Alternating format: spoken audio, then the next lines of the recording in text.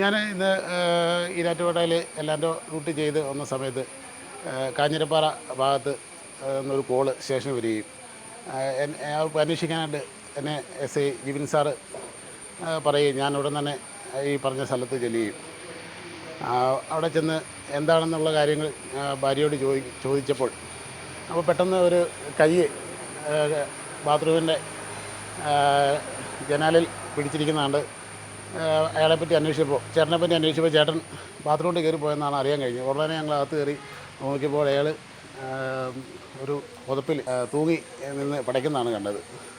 ഞങ്ങൾ ഉടൻ തന്നെ പൊക്കി പിടിച്ച് തുണി കണ്ടിച്ച് താഴെ ഇറക്കി കഴുത്തിലെ കെട്ട് ലൂസാക്കി ഉടൻ തന്നെ ഞങ്ങൾ കുടഞ്ഞ് പുള്ളിയെ ഞങ്ങൾ കസേരയിലെത്തി വെള്ളമൊക്കെ കൊടുത്ത് പുള്ളിക്ക് അന്നേരം തന്നെ പുള്ളിയുടെ നോർമലായി.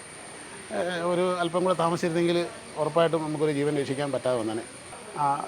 ഉടൻ തന്നെ ഞങ്ങൾ അവിടെ ഉണ്ടായിരുന്ന മെമ്പറേയും പ്രതീക്ഷ റെസിഡൻസിൻ്റെ ആളുകളെയും വിളിച്ചു വരുത്തി.